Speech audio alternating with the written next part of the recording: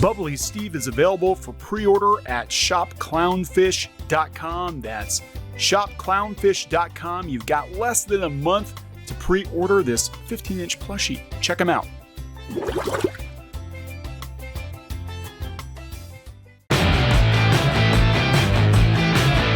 Hey guys, welcome back to Clownfish TV. This is Neon. I am here with Geeky Sparkles. Hello. And we're going to ask the multi-million-dollar question: how do Substack comic book creators sleep at night?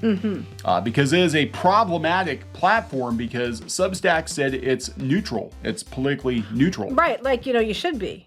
Like you should be, like publishers used to be, but there are a lot of comic book pros or aspiring salty wannabe. There's a lot of jelly people who are just pissed they didn't get one of the big deals themselves, and now they're going around having a meltdown because people who didn't vote the way they wanted got deals, and how dare they?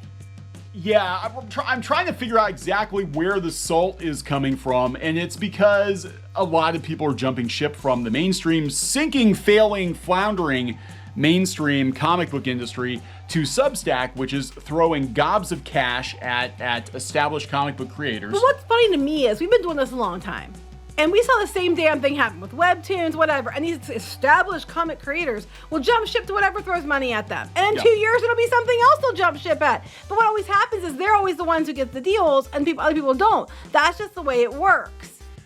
Yeah, it's basically you get, it's what do they say? It takes money to make money, and that is the truth. You get to a certain point in your career, you start getting brand deals and publishing deals, and that's how this works. The trick is to get yourself to that place where you've got people throwing even more money and at you. And the kicker is you don't have to do that great. You don't have to even earn out. If you're a certain name, they'll give you money anyway. Oh, absolutely. So, this is a really interesting turn of events. Not shocking at all. If you've been watching the Western comic book industry kind of eat itself alive for the last couple of years, there's an aversion to money. No. There's an aversion to money unless you're the one getting the deal. Well, yeah. And then it's not an aversion to money. It's everybody else is just jelly pants bitches that are complaining because other people got deals. Well, let's talk about those jelly pants bitches on Clownfish TV. Before we get into it any further, please subscribe for more pop culture news, views, and rants, guys. We're over 230,000 subs, which is more than a lot of these comic book creators have, so they're probably jelly pants bitches about us. I don't give a shit. I don't care. Is that a t-shirt, jelly pants bitch? Jelly pants bitch, yeah. So yeah, we do talk about comics, talk about animation, talk about pop culture news, and we've been talking more about the comic book industry in the last couple of months because some interesting things are going on. One, the mainstream Western comic book industry is failing spectacularally, but there are a few breakouts. Now, we did a video yesterday about Todd McFarlane. Oh, shocker, Todd McFarlane did well. Todd McFarlane, that should be a headline. Shocker, Todd McFarlane did well. Todd McFarlane sold a bunch of comic books. He's who everybody likes. He has a huge following. He gives people what they want. It's not a hard, it's not a hard puzzle to figure out. I don't know why they keep making it so hard. Well, okay, so this is the thing. It's not hard. You give customers what they want instead of telling customers what they should want. And tell them what they should think and believe and vote and etc. And they reward you with cash money. Every time somebody tries to break out of the mainstream comic book industry, whether it's crowdfunding or through a deal like Substack or a Hollywood deal or whatever the thing is, here come all the jelly pants bitches. Well, yeah, it depends who you are, though. If you voted the right way, well, that's just because you've earned it. I'm just going to say flat out. And we're not even, okay, I'm going to full disclosure, we are not Republicans. I think we've said that enough times. I know, but doesn't matter. It doesn't matter. Yeah. Ever since the Substack deal was announced, there have been some, there's been a couple jabs here and there. Of course, they talk about Nick Spencer, who wrote the infamous Hail Hydra Secret Empire storyline, but also the subtext here is probably like, oh, you're going to that Nazi platform. That's what they're trying to do. Because don't you know, if you didn't vote the way they wanted you to vote, it automatically makes you an alt-right Yahtzee. I love when they call us that because we're not even lean right. But they always want to say that you're alt-right Yahtzees and things like that. But I see some people behaving like Yahtzees. It's usually not the people they're yelling about. Yeah, I'm sorry. Some people are banning and destroying books and controlling speech and policing your social media and your Yeah, it sure sounds associations. like a Yahtzee to me. But Anyway, yeah, we're going to talk about what the particular grievances are with Substack. Basically, as I understand it, Substack is a blogging / newsletter platform, and it's open to pretty much everybody as long as your content, again, as I understand it, isn't extreme. But it doesn't take much for some people to label content as extreme if it just slightly disagrees you followed with the them. wrong person, and now you're all right Yahtzee. They'll try to get you deplatformed.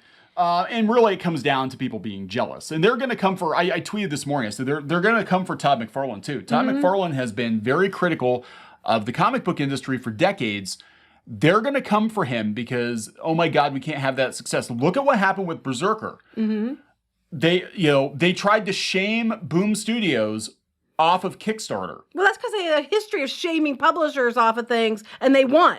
Yeah, they won before. Archie backpedaled. Archie Comics, they were going to do a Kickstarter 5 or 6 years ago, and the media and Twitter tag teamed them and got them to pull that down. But Boom did not listen. They made millions of dollars on Kickstarter, and then they went on to sell 600,000 copies of Berserker. Yeah, I know, because it's like you give people what they want. And they keep going on about what needs to be neutral. It's not a neutral platform. Well, what the hell is then? Because Kickstarter sure as hell isn't a neutral platform. No. Patreon has been proven not to be a neutral platform. Patreon, you don't even know what you did. It's a case-by-case basis, nebulous, whatever. If we don't like you, basically, we can kick you off for whatever reason we want. Same for Kickstarter. They literally had a union in place to decide who got to put projects on there, who didn't. Yeah, based on their voting. And because of that, people left Kickstarter because they did gatekeep. And we know what happened with Richard Meyer.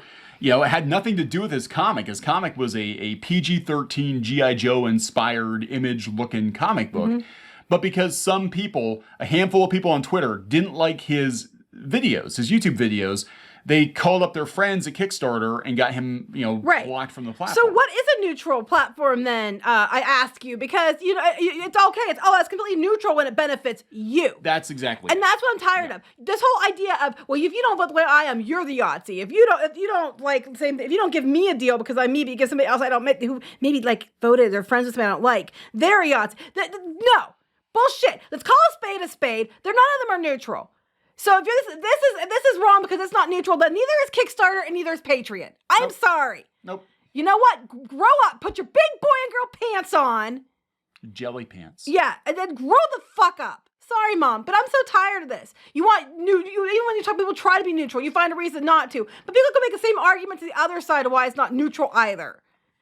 So this is Bleeding Cool, and I think Rich Johnson's kind of in on the joke because he's been doing a lot of articles about Substack because a lot of top shelf creators and others are jumping ship, taking that Substack deal, and the people who are left behind, and a lot of them, frankly, weren't even in the same weight class. They weren't even in the same league, and they're like, oh my God, they didn't give me a deal. They didn't give a lot of people deals. I mean, that's the same with webtoons and everything else. Only certain people got them. Sorry. I was actually more mad about webtoons because they had all these people who built their damn platform up over here, and most of them didn't get a deal so that these names could come in and take a deal. Yeah. They did nothing to build it up. That was more to do with that than this. They're actually using them to try to build it to begin with. But okay, so I'm seeing a lot of names here, and I'm seeing these names, and a lot of those names, I know which way they lean, and it's not to the right. Yeah, we have Molly Ostertag here, who's Noelle Stevenson's wife. She took a deal.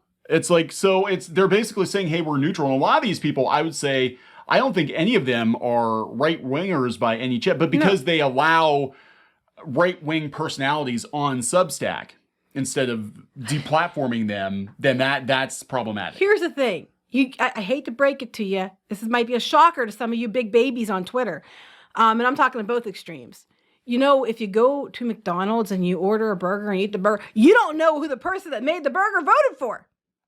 If you go to the grocery store and you buy some stuff and have pay the cashier and have them bag your groceries and say hi to the manager, you don't know who those people voted for. I was just thinking you might know who they voted for if you walk into that fast food joint with a MAGA hat and there's spit in your food.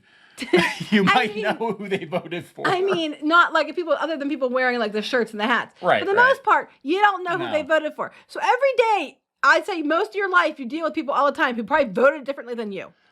You don't care then. I don't see you making campaigns to get them fired from places because you don't know, you don't care. You eat your burger. I don't see you going puking it up afterwards because, oh my God, it was tainted by Trump. Ugh, you know, it's just stupid. You go on the street, you don't know who these people fucking voted for. Oh, Trump meat. All right, so here we go. So this is the newest one. I'll talk a little bit about who's, taking the deal and all that, and all the people being ass mad over it. How does Substack comics creators sleep at night? Turns out, that kind of money, they're sleeping pretty well. We have James Tynion IV, who wrote Batman, was one of DC's biggest writers and jumped ship for Substack. Last night, I slept for more consecutive hours than I have in a month. I woke up feeling a little drunk on sleep and then stumbled over the computer to see where we landed over the night, and the numbers are really freaking incredible. This whole thing is exciting. I'm honestly overwhelmed and having difficulty processing how well this is going and what it means for these sorts of things I'll be able to create over the next few years, because they're giving him hundreds of thousands of dollars to go. And as I understand it, again, we don't have a Substack deal, but not saying we wouldn't be open to that, but I'm just laughing because, and yes, they do overpay some of these people, I will say. But I'm like, some people I don't think deserve deals, but they keep getting deals anyway. But that's another, they don't even sell their books. That's another story. But as I understand it, they get paid to put the content on the platform, but then they also own that content. So they can take it and go print it someplace else. Which is why I think it's going to change eventually, like Patreon. The deals will change. The parameters of the deal will change when they need to make money. That's what's going to happen. They're going to throw money at people, venture capital venture capital. To get them onto the platform, to get them using it. And Webtoons did this too. They were paying people like guarantees to come on and put their comics on there. And once they got to a certain size where they didn't need these, name Marvel creators or anything anymore, they cut them loose and they just brought more Korean comics over. Because that's what people are reading anyway. They're reading the Korean romance comics. Right, but I mean, what happened was a lot of people, built the platforms over there and built it up, and then they changed the parameters change after venture capital and stuff. That's what they count on. So it's not even these people that are going to get screwed. It's probably the people that will follow them there because they thought, oh, hey, it's a good place to go. Yeah, I say cash the check and take the money while you can take it. But Jonathan Hickman, say that today has gone well is a pretty big understatement. We're all incredibly grateful. We're excited. Saladin Ahmed wanted to take a moment to thank all of you for the wonderful response to the launch of his comic, Molly Ostertag. She's going to be posting some drawings and stuff. She's going to be giving money to the Trans Lifelines micro grant program. So I'm sure she's getting a lot of pushback because apparently there are some authors, again, not super familiar with everybody who publishes on Substack, but apparently there are some authors that the Twitter deems anti-trans. So to make amends, she's paying reparations, I guess. I don't know. Chip Zdarsky, he is also giving to Rainbow Railroad, a nonprofit that works to help LGBTQ plus people. Scott Snyder wrote a lot. So basically, this point is, if it's supposed to be alt-right, why are these people on there? Is that basically what it's about? That's basically it. Because I'm looking at these names and I'm like, those aren't alt-right people. Yeah, obviously we're aware of the criticism, says Scott Snyder. No platform is perfect. We're in conversation with the people at Substack internally, and I know they're dedicated to making it a better place as we are.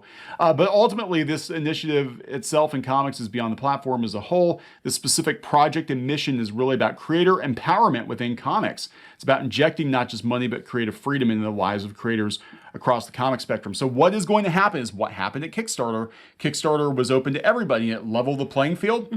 What is going to happen is there will be more gatekeeping at Substack. You watch. They'll get a comics person in there, comics representative. But if you had another platform and then say, and there was one out there that didn't bend the knee and then try to keep it neutral as possible, they get shut down and people would boycott it and cause problems because how dare they? So basically, at the end of the day, like everything else, if you voted the way they want, then you're good. If you didn't vote the way they want, then you're alt-right yachts, even if you don't even lean right. Or they think you voted the way they didn't want you to, they label you, then you don't get a platform ever because they said so. This is why comics are in the trash to begin with, because you keep giving the same people voices, the same people all the money, and they're the ones that no one wants to buy their shit. Yeah. This is going to go badly if you don't legitimately balance things out. So it's interesting. Yeah, Rich Johnson actually, if you read between the lines, he seems to be pro Substack. Like this. I'm pro neutral platform that's fair to all. Yeah. So it's a cross between Patreon and Kickstarter that pays certain people in advance. Of course, this is coming from Rich Johnson. Of course, those certain people are, is an issue. Who they are an issue, as Substack funds a number of blatantly offensive newsletters and writers, some of whom have been kicked off other platforms. So Cheryl Lynn Eaton... Probably goes both ways. Cheryl Lynn Eaton, who is known more, I think, for her complaining about the comic book industry than for any comic books she's actually worked on, had a big lengthy post on Threadreader saying that she was horrified so many people have gone to Substack because it's plausible deniability, curation, bringing in abusers and separatists and paying them, platforming them so that their hate speech can drive those who've deemed undesirable. Okay, I have to interject. I've seen some of the most abusive separatist type douchey people on Twitter, and they claim that they lean far left. I'm putting that out there. This is why a lot of people have walked away and they're neutral because they don't want to be part of either extreme. They think both extremes are ridiculous, and they're in the middle, and they're like, I think you're all crazy. Yeah. And I think that's where most people are at this point. Even if you lean more some right or seem like left, you're mostly in the middle, and you think the extremists are shit on both sides. And I've seen extremist shit that exactly is what she's describing, but on the side that she lines with. And I've seen the same shit on the side that's on the right, the far right. So I'm just like, this is bullshit. I'm tired of them yelling about abusive and separatism and stuff. But the same people are out there being abusive and blocking people and trying to separate people and trying to gatekeep people. So this is, yeah. They said, Twitter can get rid of people. They said the problem they're having is that Substack apparently gives advances to controversial figures. So what? The bitter truth is that far-right artists do not make money through their art. Their art is simply side merch. The work is the abuse, the trolling, the antagonizing of the marginalized for their inherent traits. That's what keeps the audience Whoa. selling hatred and disruption. Whoa, they're trying to say that far-right people don't make money in comics. The far-right, no. What she's trying to say is that if you're making money in comics and you're a far-right personality, that your hatred is what's actually bringing them to buy your merchandise. Your art is not. Right. I would say the exact same damn thing about the far left. There are people that. Basically, if you're extremist, it's the same thing. Yeah, there are people that I don't call it pity buying. I think it's. I mean, and that's true. I mean, I know people on Twitter that their whole platform is here are my political leanings. Here's my sexual identity. Buy my book. Yes. It works both ways. It does. And I'm like, so if you're going to argue that for the far right, I'd argue for the far left just as much.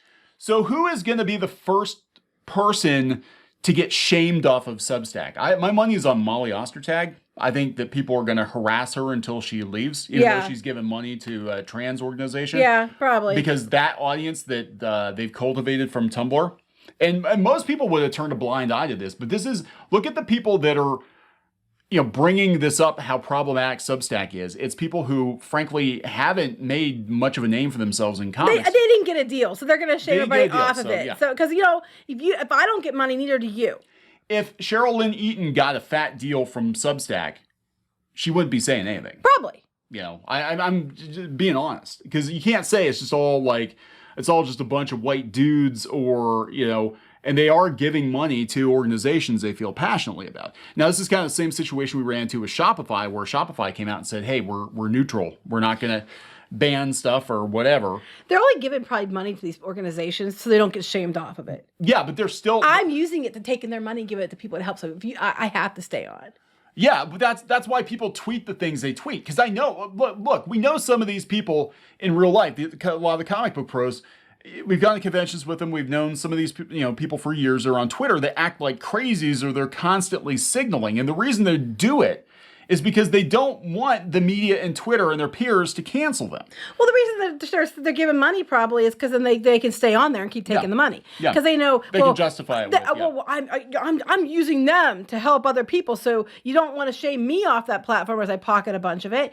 And that's up to them. They should be allowed to make money if they're given the money. Whether they vote right or left. No one should be shamed off the damn platform. If the platform's okay with giving extreme left people money, then they're giving the extreme right people money, then, that's up to them. Don't support it then. I don't know what to tell you. So here we got Paul Cornell saying, I don't think it's possible to be a neutral publisher anymore. In the 80s, sure, published books from the right and the left, but back then, right didn't include what it does now. But neither did the left. No, that is true. Can we just say extremism is shit? Why don't you just be fair? It didn't include the extremists it includes now. That covers it pretty well. I think, yeah, back then it was, I mean, that's the thing too. You know, we grew up, it was the left was anti-authoritarian. The left wanted freedom of speech. The left wanted, the right wanted to ban rock and roll and Dungeons and Dragons, and now we've got the left wanting to like ban anime and ban boobies and ban women, women that have boobies. Ban female characters unless they're their version of female characters, which are men. Yeah, it's just everything is ass backwards. I always say my political beliefs are I reject authoritarianism on both sides of the aisle. Yeah, that's it. That's what I'm saying. I don't like being told what to do. We could just say extremism and call it a day, because everything that they yell about, you can argue the exact same for the on the far left or the far right. I would just say extremism is bullshit.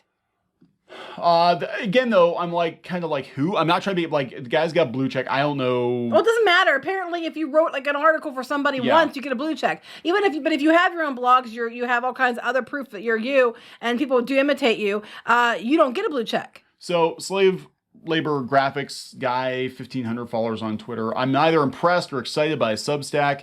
They're just another company exploiting and catering only to established names while neglecting up-and-coming independent creators. He means himself. Cream your jeans if you'd like, but this does nothing for the industry. Because it didn't give him a deal. That's exactly what this is. And then you go down here and it's like, a Medium article talking about how Substack is promoting hate and all this other... Again, anybody can write for Medium. This is what this is about. Jelly pants bitches cream in their jeans. And there's a joke. Well, that's sexist. He shouldn't say that. But, it's true. It's true. This has been going on forever. Webcomics, it was the same thing. Anytime anybody would get out of the webcomic ghetto, and I'm going to call it a ghetto because it was, the vast majority of people who did webcomics didn't make any money at it. Anytime anybody would get out of it, they would do well. Yeah, do well. They would either figure out how to monetize their webcomic effectively. They would get a publishing deal or something, or they would get like an animation deal or something. You would lose all your friends. Yes, because we did. It happened to us. You find out, immediately everybody stops talking to you. They do. And even today, like, we don't talk really to anybody from the webcomic scene. I talked to a couple people. A couple, but like, we lost friends. The bigger we got in that space, the more opportunities we got. The more they stopped talking. The more they stopped talking to us, yeah. And then it was funny to me because people that started the same time as you, they didn't do that well, but you might have gone really far. Those ones that kind of they thought you were their friends and they still talk to you, they treated you like you were the same level as them. Like you might have done better than 10 other people that they worship and look up to and be like, oh, someday I hope to be like them. And it's like you already blasted past those people, but they refused to acknowledge that you did well. I can't explain it other than that. Either they just stopped talking to you or they just kept acting like you were on the same level as they were, even if you weren't. Not that you should kiss someone's ass. Do you know what I mean? Yeah, it was just weird. It's a weird thing. I'm not saying you have to, not treat your friends like your friends. That's not what I'm saying. It's like they sit there and I remember like how people would talk to me like, oh my gosh, someday I hope to be as big as them. Don't you? And I'm like, I already blasted past them last year, And it's like, they refuse to, to always want to treat you like you were beneath them. And it's like, no. Crabs in the bucket. And it's terrible. This has been going on in comics forever. Look, at the end of the day, there are way more people who want to make comics than there are readers to support those people. So you're going to have a handful of people take the lion's share of the money. This is how it works in the real world. That's how it works. I mean, I think it was Garrison Keillor. Am I allowed to talk about him? Because I guess he got Me Too'd or something. The Prairie Home Companion guy. Okay, yes. But he said that in the future he predicted everybody was going to be published and everybody would be making about $17 a month. Yeah, I do remember something that. like that. And that's kind of where we're at, where, you're going to, this is the nature of the beast. You're in a capitalist industry. You're going to have people are going to be more popular than you. They're going to make more money than you. Why would they give money to somebody who didn't think could bring the money in? They're not going to give money to somebody that I did a couple books, but I don't, I have no followers and no one gives a shit. They're not going to give you money over somebody who has a bunch of followers and they could get, they know they could bring people in because they want that they're paying them to bring viewers in, but they're paying them to bring more people in with their stuff too, so they make more money. They're Pied Pipering these people into them. That's what they're paying for. They're paying for your pipe to bring people in.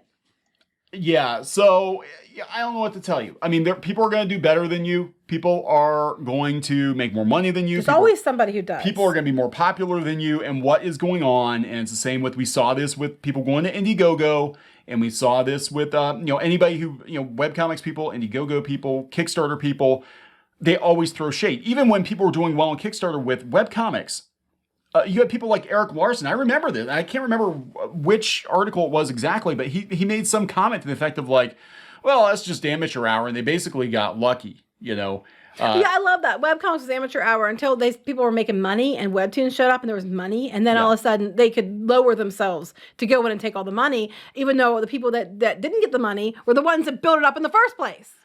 That's just the way it works. It sucks. We've been on that end of it. So the question always is, what can I do to better myself? Instead of looking at other people and bitching about their success, we've been saying this, since day one, talking about this stuff. Instead of looking at them, bitching about how successful they are, why don't you look at yourself, your career, and be like, well, what am I doing wrong that my work isn't selling better? Now, you're probably never going to be in the same league as some of these people, because of whatever, circumstance or whatever, but you can do better. And a lot of people aren't willing to look at themselves and be like, how can I make my stuff more marketable? How can maybe I should stop tweeting 30, 40 times a day, maybe, and actually write more comics. And maybe I should do a little market research and try to figure out what the consumers want, not what I want to write about. Mm-hmm. Or maybe even then you can meet in the middle.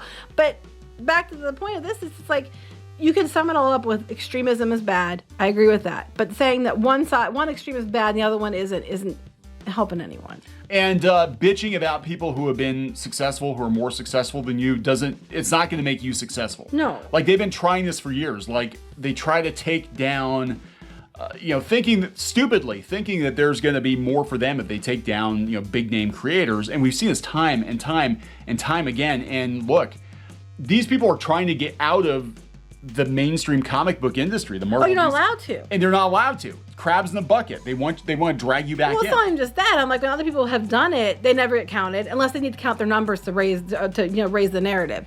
And people do it all the time and they get out. And then, if you don't like it, go do your own thing. So they go do their own thing, and then they get told that they somehow owe them something again, or they need to be stopped. They need to be wiped off the face of the earth, so that they feel better because they didn't like who they voted for or whatever. And that's at the end of the day. This all comes down to two things. The jealousy you're talking about and the fact that there's a stupid idea that if you voted, one way or another, that makes you shouldn't be allowed to ever work again. Yeah. For an election that's over. Anyway. Just grow the hell up. They're not going to. Well, then get out of the way. Grow up or get out of the way. That's your choices. Yep. Gonna wrap it up? Yep. Please subscribe for more pop culture news, views, and rants, guys. We'll talk later. Bye.